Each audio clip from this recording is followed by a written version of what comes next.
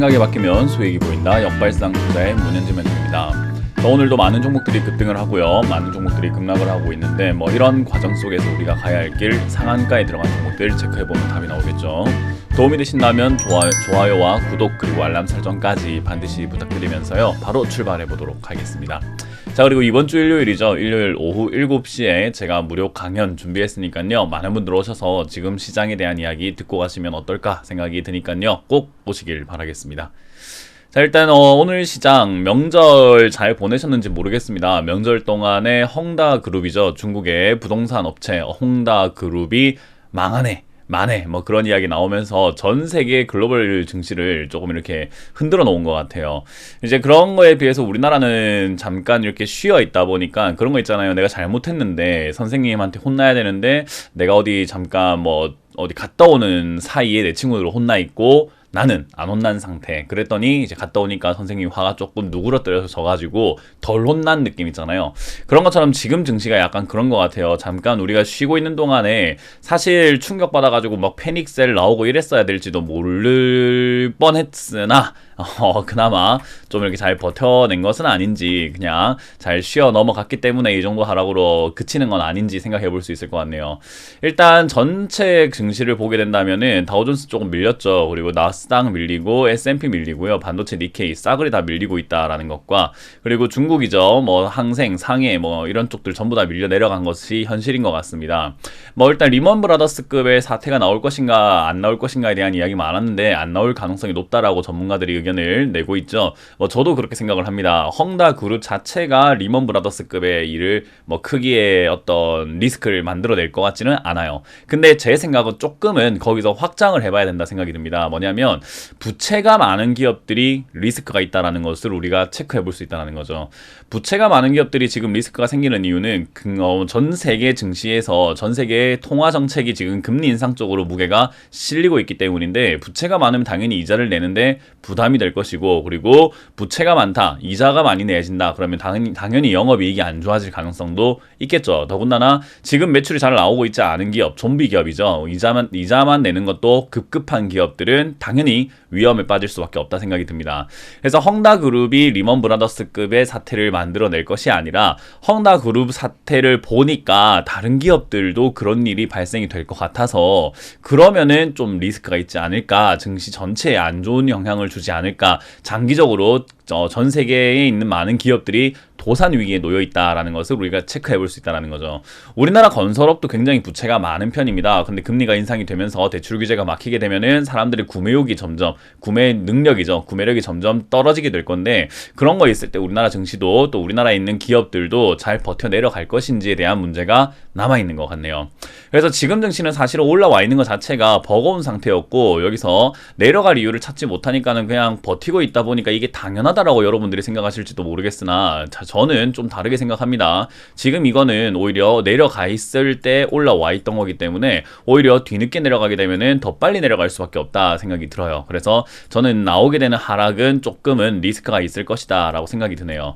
더군다나 깔때기형 차트에 대한 이야기를 제가 많이 말씀드렸는데, 단기간으로 만들어야 되는 이 깔때기형 차트에서 우리가 포인트를 잡아야 될 것은 고점이 낮아졌다는 점과 그리고 저점이 무너졌다는 점인데요. 이러면 이 하나의 하락세로 우리가 이해를 해봐야 되는 필요가 있습니다. 그 말은 결국 3000포인트 지난 저점을 지킬 것인가 지키지 못할 것인가에 대한 문제가 남아있게 되겠죠. 그래서 이 자리가 만약에 무너지게 되면은 역시나 아래쪽으로 반대매매 장세가 나올 수도 있게 되는데, 반대매매 장세가 저는 역시 제일 무섭다라고 말씀을 드렸던 것 같아요. 반대매매 장세가 나오게 되면 2800포인트 언저리 또는 2600포인트 언저리까지도 밀릴 수 있고요. 더 나아가서는 충격적으로 2400까지 한 번에 확 내려갔다가 반등 나오고 좀 버티다가 계단식으로 계속 하락이 진행이 될 수도 있을 것 같네요. 그래서 여러 가지 장면들을 생각 한번 해볼 때 지금 증시는 우리가 과감히 종목을 바꿔가면서 매매를 해야 되는 시기는 아니라는 것만 기억을 하시면 좋을 것 같고요. 여러분들이 들고 있는 종목이 정말 괜찮은 기업이라고 한다면 그 종목은 하락세가 나온다고 하더라도 올라갑니다. 어떤 종목이냐면은 실적이 잘 나오는 기업이어야 되겠죠. 그리고 주가가 많이 안 올라간 기업이어야만 합니다.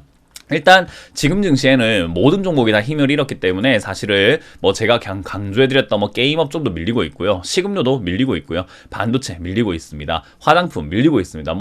제가 강조했든 강조하지 않았든 대부분 다 밀리고 있어요. 그래서 이제 그렇게 주가가 빠져 있는 상태에서 밀린 종목들이 다시 올라갈 수 있는가에 대한 문제가 남아 있는데요. 하락세가 만들어지게 되면은 결국 방향성이 정해지기 때문에 그 방향성이 정해지고 나면은 하락세 도중에도 올라갈 종목은 올라가게 됩니다. 지금은 불확실성이기 때문에 뭔가 올라갈 타이밍을 잡지 못하고 뭔가 발판이 불안하니까 뛰지를 못하고 있는 거예요. 근데 내려가든 올라가든 방향만 정해지게 되면은 다시 움직이게 되는 게 증시이기 때문에 그 타이밍까지만 좀 기다려보는 게 어떨까 생각이 드네요. 그래서 좋은 기업이라고 한다면 떨어지는 거 두려워하지 마시고 오히려 더 사면 되니까 그냥 떨어졌을 때 추가 매수 기회로 한번 노려보시는 게 좋을 것 같고요. 현금이 없다 하시는 분들은 사실은 방법이 없습니다. 현금 미리 마련해야 된다라고 제가 분명 많이 말씀드렸는데 그건 나의 욕심 때문에 일어난 일이기 때문에 남들 추가 매수할 때는 구경할 수밖에 없어요.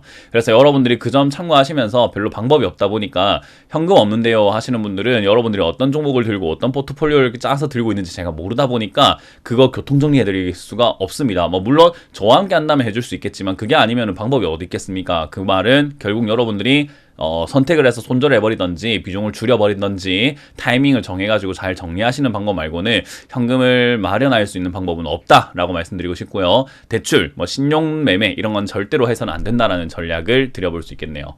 자, 일단 오늘 증시는 역시나 그냥 밀려 내려가고 있는 부분인 것 같고요. 저는 내일 그리고 다음 주까지도 계속 밀릴 거라고 예상을 한번 해볼 수 있을 것 같습니다. 그래서 추가 매수 이런 거 해서는 안 된다. 신규 매수 아직 아니다 라고 말씀드려보고 싶고요. 그런 과정 속에서 오늘 급등하고 있는 종목들은 역시나 개별 이슈가 있는 종목이라고 할 수 있겠죠. 흥하해운 역시 상한가, 점상한가 지금 네 번째 날아가고 있는데 상당히 가파르게 올라가고 있는 부분인 거죠. 그래서 이 부분은 사실 좋다 나쁘다를 평가할 필요까지 없을 것 같아요. 그냥 매수 잔량이 아직 많이 남아있다는 걸 봤을 때 한 방 대지 한 두 방 정도도 남아있지 않을까 생각을 해봅니다. 그렇다고 해서 따라붙어라는 이야기는 아니겠죠. 절대 이런 거는 잡아서는 안 된다. 오늘 아침에도 급등이 나오고 난 다음에 바로 빠져버렸거든요. 점상 나갔다가 바로 빠져나갔을 때 무서워서 손절하신 분들은 10% 이상 손절했습니다. 그런 거 생각 한번 해본다면은 이거 자칫 잘못하면은 좀 리스크가 있다. 잠깐 수익 좀 내보려다가 정말로 크게 손실나는 경우도 있기 때문에 저는 그 점을 좀 여러분들이 염두하셔가지고 대응하시는 게 어떨까 생각이 들고요. 버킷 스튜디오 그리고 팜젠 사이언스, 메디아나 급등되어 있고요. 그리고 이제 제약 바이오 업종들이죠. 동화 약품부터 해가지고 그리고 이제 위드 코로나 하게 되면은 이제는 여행업이 좀 좋아지지 않을까 해서 아시아나 항공, 에어 부산 이런 것들 좀 급등해주고 있는 부분인 것 같습니다. 그 외에는 이제 컨텐츠 관련주죠. 바른손이라든지 쇼박스 이런 거 지금은 아무래도 오징어 게임이라고 하는 넷플릭스 드라마 그리고 우리나라 검은 태양이라고 하는 드라마들이 점점 이렇게 컨텐츠가 좀 다양해지고 넷플릭스에서 아직까지 나와야 되는 코리아 K 컨텐츠가 굉장히 많다라고 하죠. 그래서 컨텐츠 시장이 크다라고 이야기하고 있는데 컨텐츠 쪽은 제가 계속 좋다고 강조를 드렸기 때문에 아직까지도 저는 컨텐츠는 하반기 또는 내년까지 끌고 가기에는 나쁜 기업은 없다라고 말씀드려보고 싶네요. 자, 그 외에 이제 10% 이하로 빠지고 있는 종목들이 굉장히 많습니다. 형제 INC부터 바이오니아, TCK 라이트론, 형제 엘리트 등등등 굉장히 많이 빠지고 있는데 사실 이제 정치 테마로 급등했던 종목들이 굉장히 많죠. 그래서 이런 기업들을 애초에 관심 가져서는 안 된다 생각이 들기 때문에요. 어쩔 수 없이 이렇게 빠져 내려가는 종목들이 많은 것 같습니다. 어쩔 수가 없어요. 이런 걸 잡으셨던 것 자체가 리스크였고 형제 엘리트 이런 것도 잡으셨던 것 자체가 하나의 큰 리스크가 아니었을까. 지금 이것도 감사보고서 제출 지연으로 좀 빠지고 있거든요. 급락하고 있는데 사실 이재명 관련주로 급등해놓고 여기서 감사보고서 제출 지연이라든지 감사보고서가 제대로 안 나오게 된다면은 많은 투자자들 정치 테마로 망할 것 같은데요. 이거는 좀 어쩔 수가 없을 것 같은데 안 됐네요. 일단 안 됐다는 말밖에 할 수가 없을 것 같습니다. 다른 전문가들은 어떤 상황이 벌어졌을 때 괜찮아요, 괜찮을 겁니다라고 이렇게 위로해주는 분들도 굉장히 많잖아요. 저는 이게 위로가 필요한 상황인가 생각이 듭니다. 현실을 직시해야 되지 않을까. 이거 지금 큰일 났습니다. 그래서 여러분들 그거 참고하셔가지고 대응하시는 게 좋을 것 같고요. 흥하해운 아까 말씀드렸던 것처럼 한두 방 정도 더 남았을 것 같으니까 들고 있으신 분들은 이제 오늘 조금 매도하시는 것도 나쁘지 않은 선택이었던 것 같고요. 내일이나 이제는 다음 주 월요일쯤에 빨리 매도하시는 것이 좋은 방법일 것 같다라는 조언을 드리겠습니다. 그리고 팜젠 사이언스입니다. 진단키트 관련주죠. 이 회사의 자회사가 엑세스바이오인데요. 지금 진단키트 관련주가 다시 또 급등하고 있습니다. 아무래도 미국 기업과 코로나 백신 관련으로 해서 뭘 만든다라는 이야기도 있고요. 오늘 진단키트 관련주들이 대부분 다 이렇게 한 번씩 다 급등하고 뛰어 올라가는 모습들이 있었단 말이죠. 그래서 진단키트 쪽으로 엮여서 역시나 올라가는 것 같네요. 일단 상한가의 힘 자체가 큰 건 아닌 것 같아요. 세지는 않기 때문에 뭐 기껏해야 15,000원에서 16,000원까지 한번 돌발 슈팅 나오고 빠질 것 같거든요. 그래서 이런 거는 들고 계셨던 분들은 탈출 기회다. 손실이 좀 나더라도 이번 상승 때 매도하고 나가자는 전략을 드릴 수 있을 것 같고요. 그리고 메디아나입니다. 메디아나 같은 경우도 의료기기, 뭐 제세동기 이런 것들의 관련주라고 보시면 될 것 같은데 메디아나는 지금 이제 왜 급등을 했는가? 무상증자도 결정을 했네요. 우리나라가 좀 특이해요. 무상증자한다 이러면은 굉장히 좋아가지고 막 헐레벌떡 뛰어오는 경우들이 굉장히 많거든요.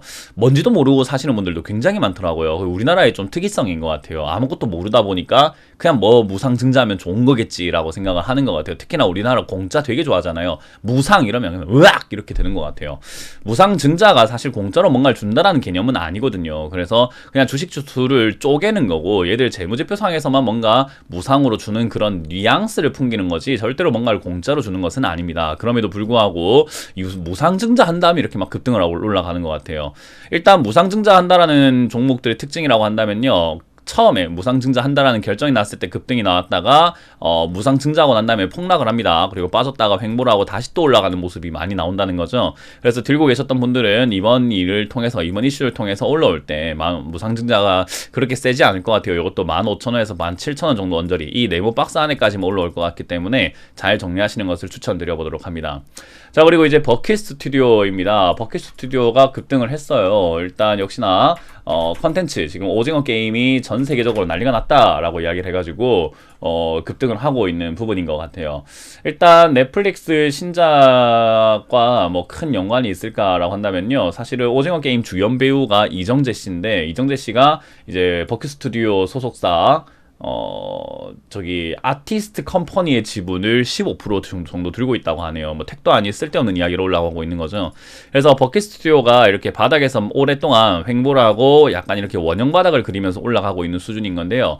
이거는 뭐 좀 작정하고 뛰어 올린 것은 아닌지 약간 뉴스를 조금 이상하게 퍼뜨리는 것 같은데 이 회사의 특징이라고 한다면은 지분이 상당히 엉망진창으로 이렇게 되어 있습니다. 뭐 이니셜 1호 투자 조합, 비덴트 이니셜 2호 투자 조합 이런 데서 이렇게 들고 있는 건데요. 아마 지분 싸움의 가능성도 있지 않을까 또는 최대주주 변경 이야기도 아마 나올 것 같다 생각이 듭니다. 그래서 하나의 작전주가 될 가능성이 높겠죠. 들고 계시는 분들은 조금 더 가지고 가셔도 뭐 나쁘진 않습니다만 리스크가 있어요. 이런 작전주들은 언제든지 작전을 접어버리고 상패로 가버리는 경우도 굉장히 많이 있거든요. 그래서 이거는 일단 비중을 조금씩 올라올 때마다 줄이시는 관점으로 보면서 일단은 남은 비중은 조금 더 보유하는 것으로 보면 좋을 것 같습니다. 한 4,5천원대까지 가져가셔도 한번은 좀 노려볼 만한 자리가 아닌가 그렇게 의견을 드릴 수가 있겠네요. 자, 어찌됐든 지금 증시 보니까 개별 종목으로 이렇게 뛰어오르는 종목 말고는 딱히 매력적인 종목이 없습니다. 명절 전후로 해가지고 큰 재미를 느낄 만한 포인트는 없는 것 같아요. 뭐 어떡하겠습니까? 지금 증시 안 좋은 걸 알면서도 증시에 대한 기대감이 사실 이 영상을 보고 계시는 분들은 별로 없을 거예요. 그냥 기대를 별로 안 하고 계실 텐데 이 영상 안 보시는 분들은 지금 기대가 난리가 났거든요. 증시가 지금 더 올라갈 거야, 앞으로 더 갈 거야, 뭐 3,500, 4,000까지 갈 거야, 다시 올라갈 거야, 비나이다 이러고 있단 말이에요. 그래서 증시가 내려갈래야 내려갈 수가 없어요. 그런 상황에서 이제 내려가려면 명분이 필요한데 헝다그룹은 이제 명분의 어떤 시작일 것 같고요. 이제 앞으로 명분이 좀 많이 나와줄 것 같습니다. 그렇게 되면은 증시가 내려가겠죠. 그래서 이제 그런 부분들이 나올지 안 나올지를 우리가 지켜보는 것이 우리의 임무인 것 같으니까요. 임무 완수할 때까지 끝까지 한번 지켜가 보도록 하겠습니다. 다들 힘을 내시길 바라겠고요. 지금까지 문현진 멘토의 역발상 투자였습니다. 고맙습니다.